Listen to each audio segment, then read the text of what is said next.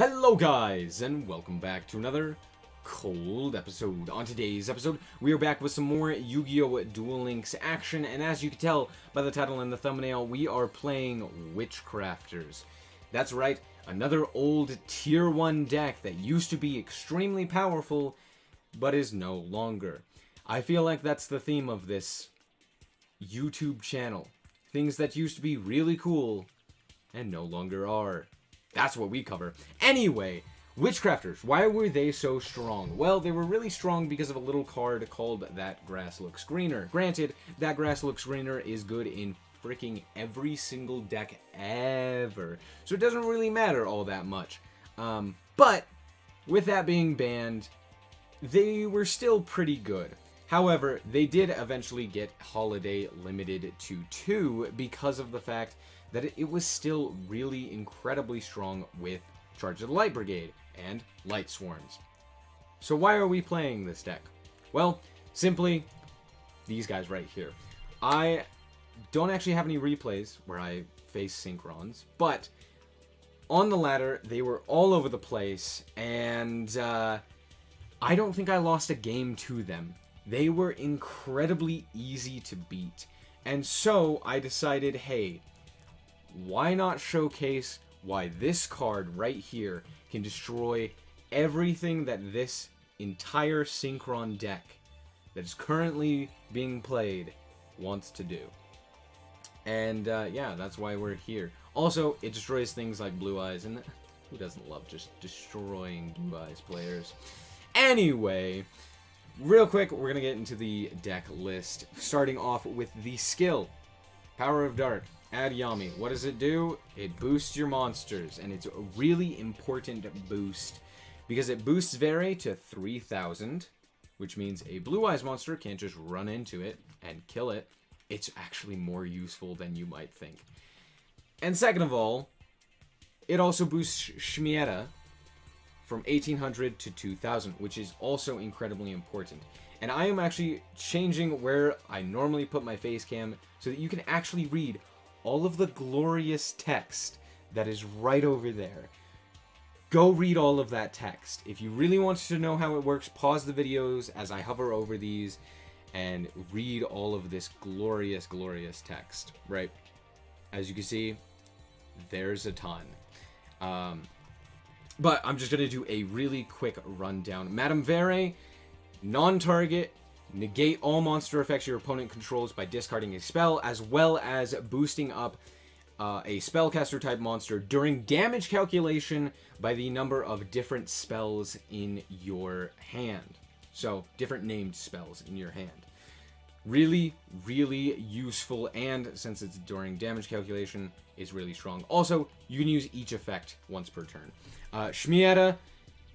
All of the Witchcrafter normal summonable monsters, Shmieta, Genny, and Pittore, all have the same effect where during the main phase they can tribute themselves and discard a spell in order to go into a different Witchcrafter monster from the deck.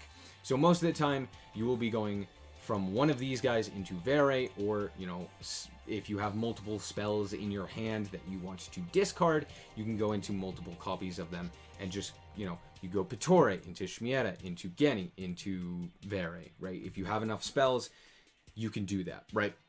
So, there's that. But they also all have a graveyard effect. Shmieta's graveyard effect is send a Witchcrafter send a Witchcrafter card, any card, to the graveyard.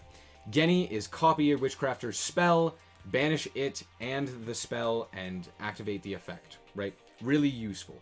Pittore, you draw one, then you discard a Witchcrafter card. And if you don't have a Witchcrafter card to discard, you discard your entire hand. Now we're going to go on to the Witchcrafter spells. First of all, we have Collaboration. It's a double attack and an Ancient Gear effect. Basically, your opponent can't activate spells or traps when your monster attacks in. And it also allows for a double attack. So, really useful. Holiday, special summon from the grave. It's incredibly useful. Unveiling, special summon from the hand. As a quick play. Also incredibly useful. And they all have a similar effect or the same effect where basically it can add itself from the graveyard to the hand during the end phase, as long as you control a Witchcrafter monster, and you haven't activated its first effect. So if you don't activate the collaboration to get the second attack, you can add it back to the hand. It's really useful to have spells in hand in this deck. Then we have Patronus, the Witchcrafter's Trap. It allows you to recycle a lot of your banished and in the graveyard Witchcrafters in order to add back or add a spell from the deck, right? Masterpiece allows you to copy a card or a spell in the graveyard and then add one of a different or one of the same name to the hand, as well as you can banish it from the graveyard, as well as any number of spells in order to go into a monster from the deck that equals the level of, that equals the amount of spells banished in level. So if you banish one spell, you can summon a Genny. If you banish 4 spells, you can summon a Shmiera. Hopefully that made sense. It didn't, but it's fine. And then as for tech cards, normally you're going to want back row hate. Things like Spellbook of Wisdom, which allows you to be unaffected by spells or traps. Very similar to Lance, but it's specifically for Witchcrafters, and it's not both. But then we also have Cosmic Cyclone, which is just back row removal. We all know how that works. We also have Storm, very similarly. And Book of Moon is just an insane card. Play it. I happened to get it off of the second round of the, what is it called? Yes, that thing. Anyway, I happened to get it, so I'm playing it. There you go. As for the extra deck, the only thing I've ever summoned is Malevolent Sin, and it kind of mattered because it was able to get my Shmiera into the grave, but other than that, it kinda doesn't matter. So, realistically, you can play whatever you want. There you go. That's the deck. Let's quickly hop into some replays. So, real quick, what I want to say is if you want a more in-depth guide, you can go and check out, or more in-depth look at how Witchcrafters work. You can go check out all of my VOD reviews, or all of my VODs for my streams. They're all on YouTube. They're in a big playlist called Stream VODs. You can go and check those out, and it will, it's a lot more of my thought process as I'm going through. So just go and check those where I play Witchcrafters. Normally it's towards the latter half of my streams, but there you go. So real quick, let's start off with very simple. Shmiera, discard, special summon Pittore, use Shmiera's graveyard effect to send a holiday, and now we have an unveiling and a holiday in the graveyard. Then we're going to set one, and we are going to pass. So now we have a Pittore, which can tag out during the main phase by discarding one of our spells. They're going to activate Harpy's Hunting Ground. They're going to normal summon a Perfumer. Everyone plays Harpies. It doesn't matter what character, it doesn't matter what's happening. It's always Harpies. Just assume if you don't know the deck, it's Harpies, okay? So, pretty simple. Harpy Perfumer comes up. They're going to destroy our back row. We don't really care because actually, most of the time, you're going to use the Witchcrafter Masterpiece in the graveyard anyway. So, they're going to go off. They're going to do their standard stuff. They're going to pop all of our cards. Well, before they are able to actually get into their, I forget what it's called. That card. Cyber/Harpy Lady. There we go. I figured it out. We are going to go into... I made a mistake here. We're going to go into Shmiera. Normally, this would be good, because normally it's 2,000. However, they popped the Yami. So, I have to actually end up backtracking a little and going back into Vere. Now, they activate Karma Cup. Very simple. And this is during our turn. But we just get to pop off. We had the Shmiera in grave. We also had the Pittore. We also have Masterpiece. And here I make a mistake. So I have Patronus in the graveyard because if I can banish an Unveiling or something like that, I can get it back with Patronus's second effect, which is if it's in the graveyard, you can banish it, target any number of your banished Witchcrafter spells with different names, and add them to the hand. Most of the time, you're just going to be banishing this for one other copy. That's normally what I end up doing, but I forgot to do that. I just banished Yami. Big mistake. Anyway, we do end up going into the Genny, and it's fine. The only reason that that is a mistake is because we could have had 2 Unveiling in hand, which would have allowed us to cycle more easily into other cards and discard more of our spells. However, they get their hysteric signs, and they're going to search a ton of stuff. So, now it is their turn. They're going to normal summon Harpy Oracle. They are going to pop their own field spell due to requirement, and then they're going to go into Thunder Spark Dragon. Now here, I tag out immediately into our Vere.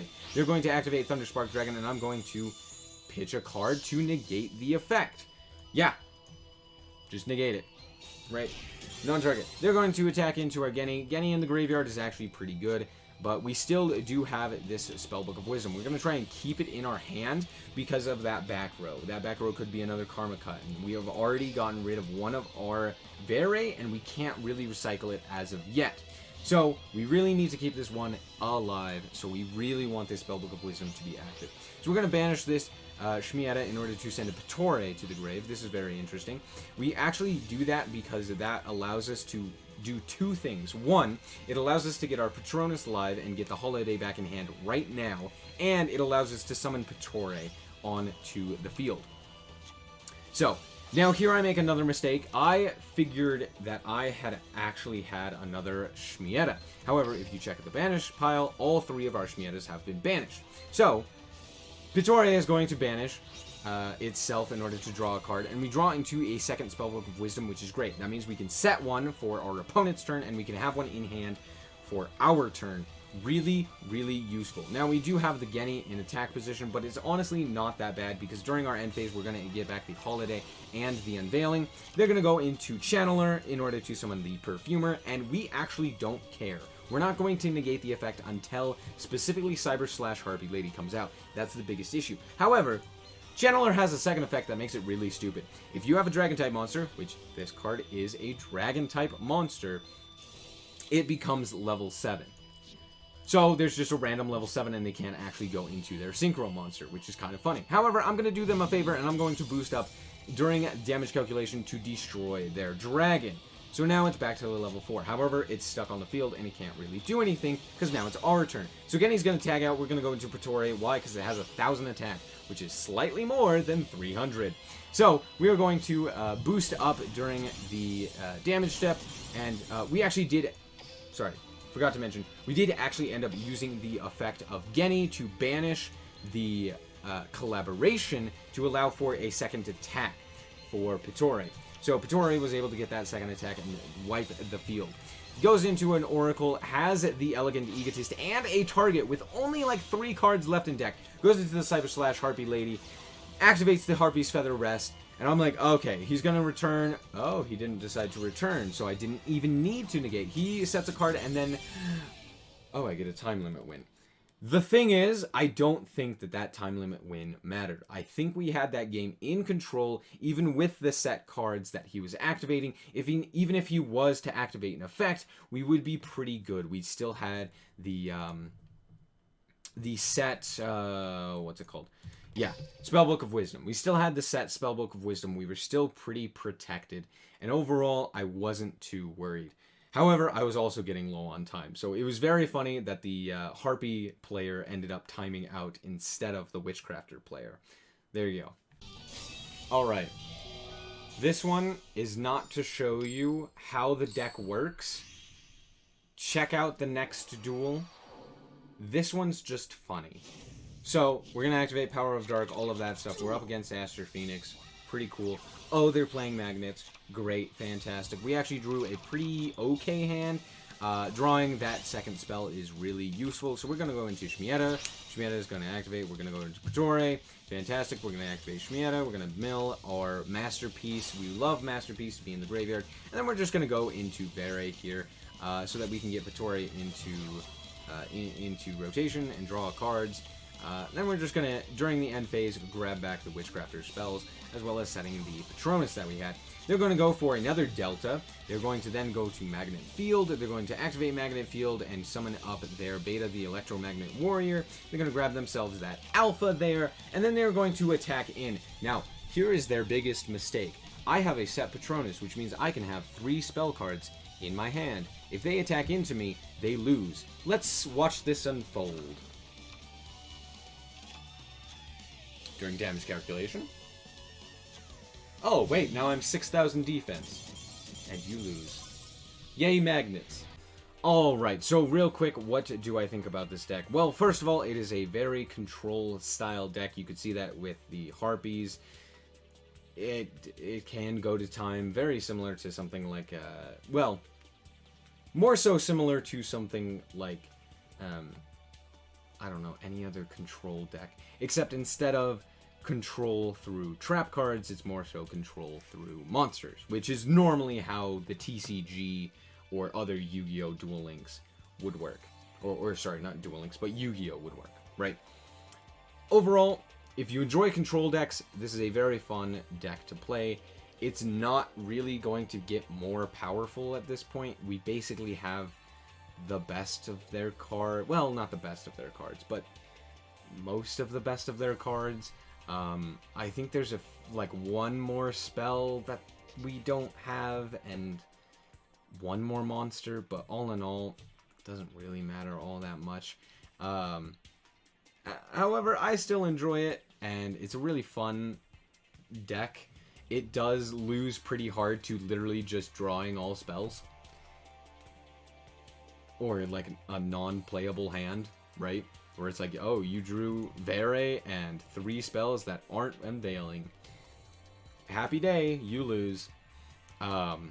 So, it's inconsistent, but it's super fun to learn.